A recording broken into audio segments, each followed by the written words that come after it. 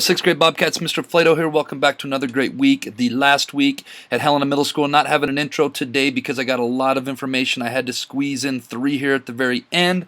So we're going to get rocking and rolling on that. This week I'm going to talk about the last 3 interest types: artistic, investigative, and social careers. Hopefully throughout the last couple weeks you'll find that your interests fit into one of them, and we narrow down this career pie into one single piece where we can continue to focus on as we go about our days. So let's get rocking and rolling on this, but not before being our best at HMS this week: being safe, being responsible, be respectful, and being a learner.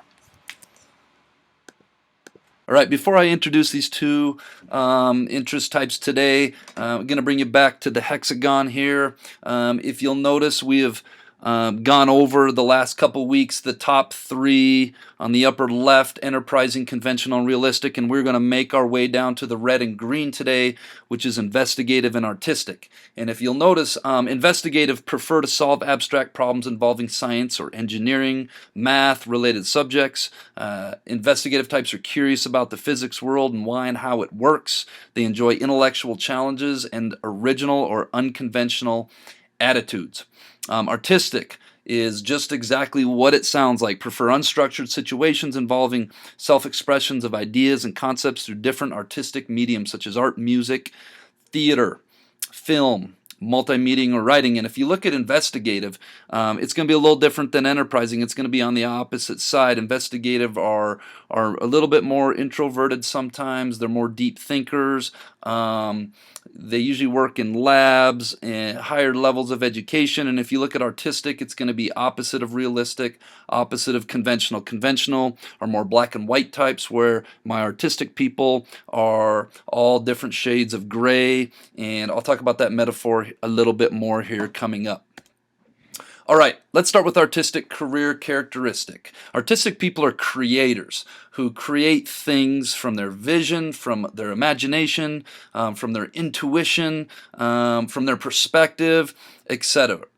They're intuitive type people. Intuition is that gut feeling. I was doing some reading, Malcolm Gladwell book, and it really talked about how intuition is your subconscious mind connecting with your senses and kind of that sixth sense, if you will. I have a super strong intuition. Some people are like that, some people aren't. But that's really coming from somewhere that you can't really explain, you can't really see.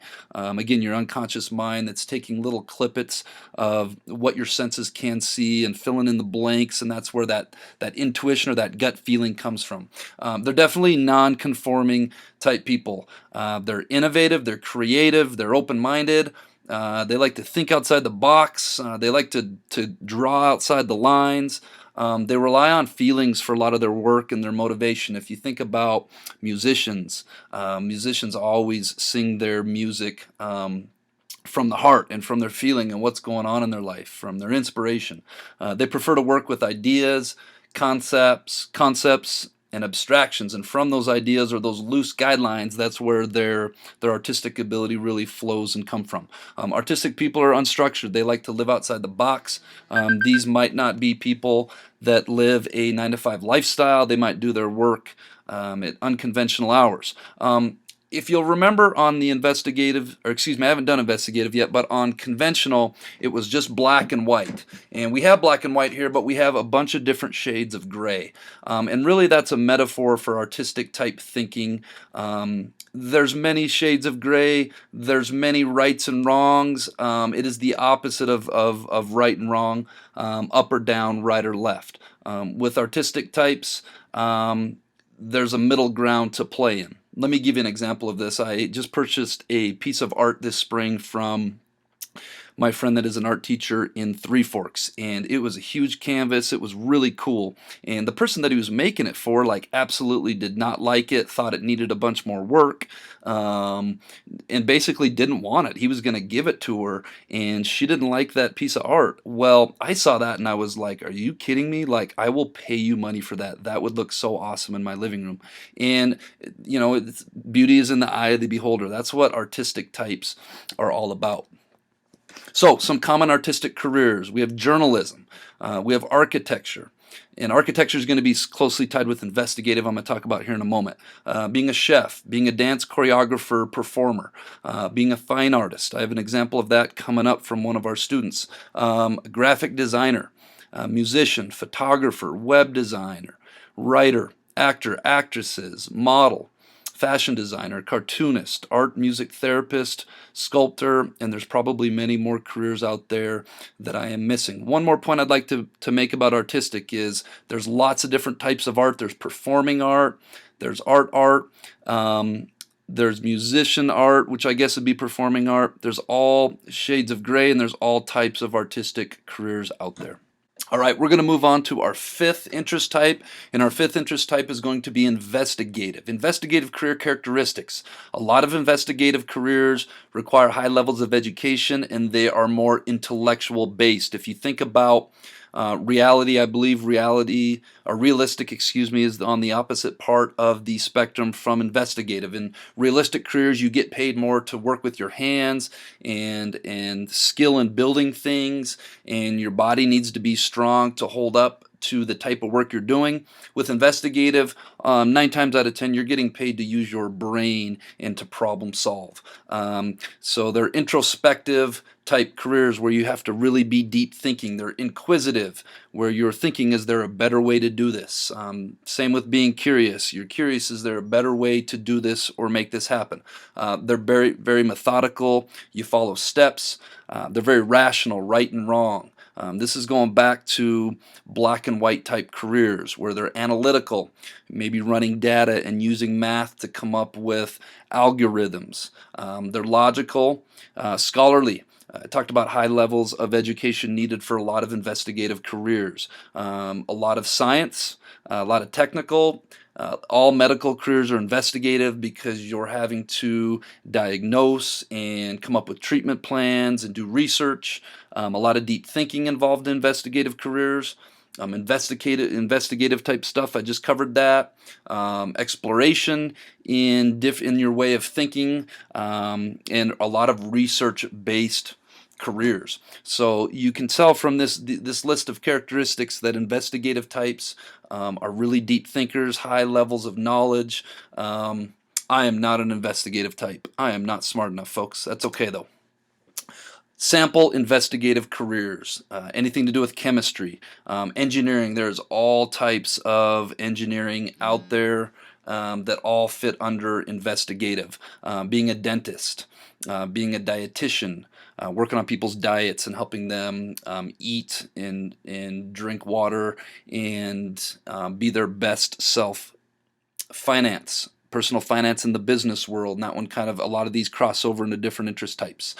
Being a lawyer, being a mathematician, being a nurse, pharmacist, physical therapist, even a psychologist, and even in counseling you're problem solving a lot. Being a surgeon, being a veterinarian, being a zoologist, and of course being a physician or being a doctor. We talk about STEM. STEM is kind of a new topic that is out there lately, and I believe STEM stands for scientific, technology, engineering, and math careers. So those are all sample investigative careers. All right, we are back to the hexagon of Holland interest types, and we are down in the orange now talking about social. And social people are a lot of times more extroverted. They prefer direct service or helping opportunities involving advising, counseling, coaching, mentoring, teaching, or group discussion. They're drawn to humanistic or social causes. And quite frankly, social interest types like careers or like jobs where they get to interact and work with other people. Social interest types do not work autonomously a whole lot. They work with other people in group collaboration or helping other people. And so if you're somebody that likes being around other people, there's a very good chance that you are a social interest type. So let's talk a little bit more in depth about some of the characteristics. Social types are helpers, people who like helping and doing things for others. And of course, if you do things for others and you like that, you're probably kind, you're probably generistic, you're probably altruistic, which it basically is a fancy word that means doing something for somebody else. Here's that empathy word again. It's popped up numerous times over this year's Bob lessons, but you have to be empathetic. You have to be able to feel for other people. Tactful. And this is something I'm going to do a Bob lesson on next year. Tactful is when you have to communicate something in a very strategic or sensitive manner. In my job, I have to be tactful quite a bit. Obviously, you have to be friendly. You have to be a people person. You like social engagement, social interactions. A lot of social interest types works on relationship building. That's one of my favorite things about my career. You see me at lunchtime in the hallways, out at recess. I love building relationships with you guys and getting to know you better so I can do my job better. A lot of social interest types work well in a team structure. They like to be a part of a team, and they probably believe in synergy and working together with other people for a bigger overall cause. Humanitarian, you got to care about other people. A lot of educational jobs are social interest types. I bet 99% of your teachers here in the school are social interest types. A lot of our teachers are very smart, skilled people, and they could be doing a lot of things, but they choose education 9 times out of 10 because they like being around you guys and helping others. You have to have really strong interpersonal skills. Interpersonal is between one another, and philanthropic, again, doing things for other people. Let's take a look at some social careers.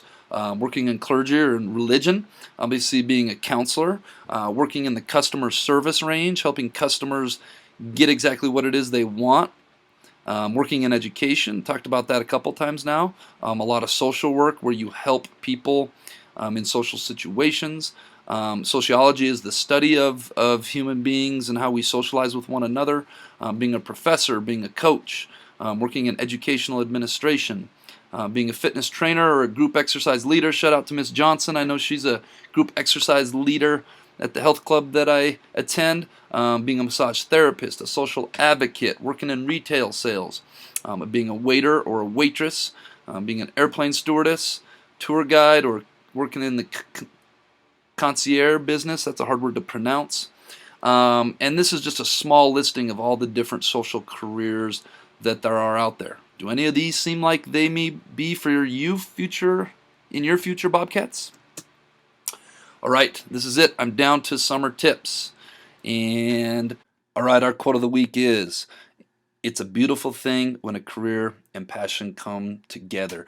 And that's really my hope for all of you folks, is that we figure out what we're interested in, we figure out what we're passionate in, and we go out there and work on that in high school and explore a little bit in high school, make sure that's really what we want to do, work with your high school counselors, come up with a plan, go out there and execute it, because 62,400 hours is a lot of hours to be doing something that you are anything but passionate about. All right, now on to our Jellybean question of the week winners. Got all 6th graders here today. Logan Johnson, Alex Whitmer, Cameron that should be Cameron Whitrock, and Skylar Elford. Come see me on your own time for some jelly beans. All right, 6th graders, make it a great final week of your 6th grade school year here at the Helena Middle School.